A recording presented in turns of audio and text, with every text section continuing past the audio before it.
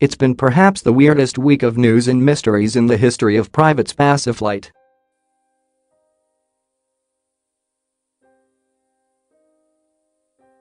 And it's ending in a swirl of confusion at the Pentagon, fueled in part by whispers of spaceplanes, experimental vehicles, and the CIA.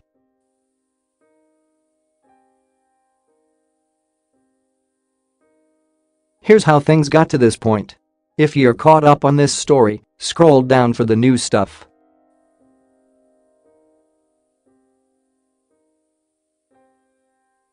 On Sunday night, January 7, as Live Science previously reported, a long-delayed, classified SpaceX mission, codenamed Zuma, finally took off carrying its mysterious Northrop Grumman payload.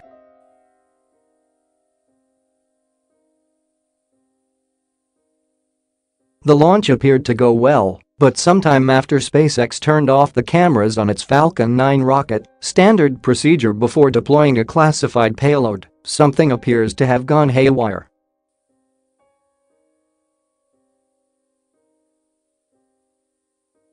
Early indicators suggested Zuma, initially presumed to be some sort of spy satellite, completed a successful orbit.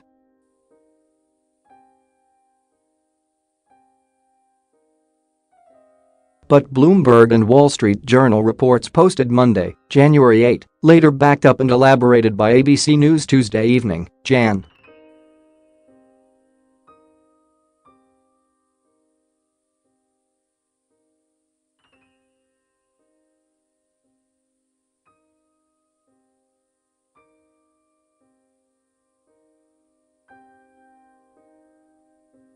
ABC reported it plummeted into the Indian Ocean.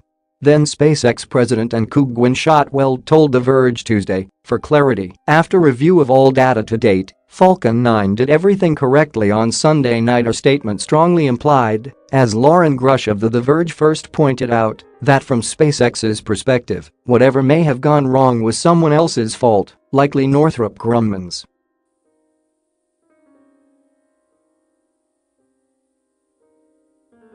All that baggage landed in the Pentagon's media briefing room Thursday, January 11, when reporters asked top Defense Department spokesperson Dana White to explain just what had gone on with Zuma.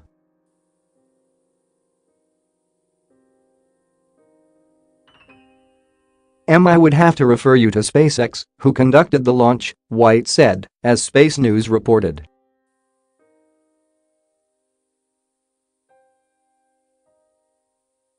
As Space News writer Sandra Irwin pointed out in her article, this is pretty unusual.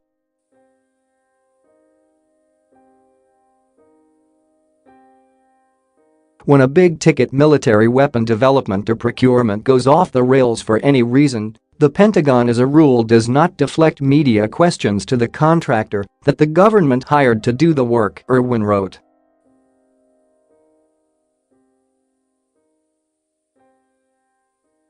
The scale of the project and scale of the public resources it sucks up obligate the Defense Department to share at least some details.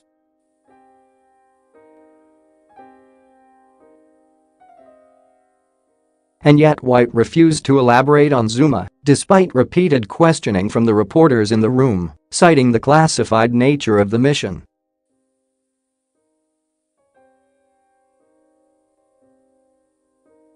The Department of Defense might not be involved at all. It's natural to assume that a classified space mission would involve either the Defense Department or National Reconnaissance Office, NRO, an intelligence agency reporting to the Secretary of Defense that handles spy satellites.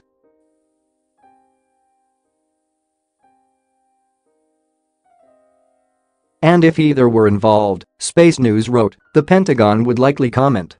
But it's possible Zuma was a classified mission organized entirely between SpaceX and a defense contractor like Northrop Grumman, possibly to test some technology as part of an ongoing classified project.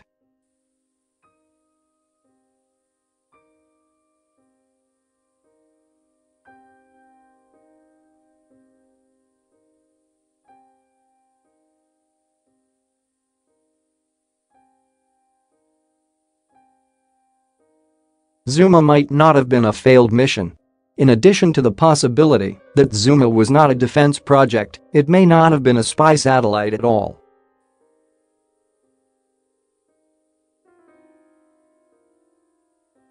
Conceivably it could have been a spaceplane or some experimental vehicle, Space News reported.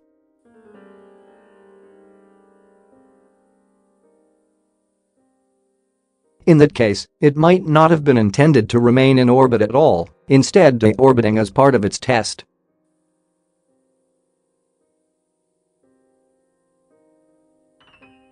How seriously should you take all this? At this point, in this reporter's judgment, the most plausible explanation for Zuma's apparent disappearance is that Northrop Grumman built something, stuck it on a SpaceX rocket, and when it arrived in space it didn't work.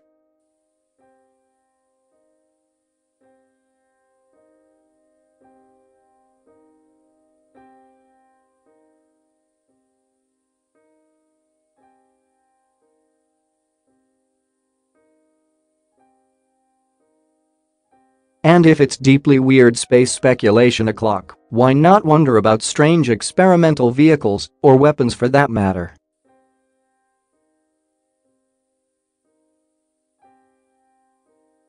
It's important to realize though that Space News, the reputable publication which appears to be farthest out on a limb in its Zuma reporting, is citing an unknown number of unknown sources who themselves appear to be making educated guesses based on past expertise rather than sharing insider knowledge of the Zuma mission.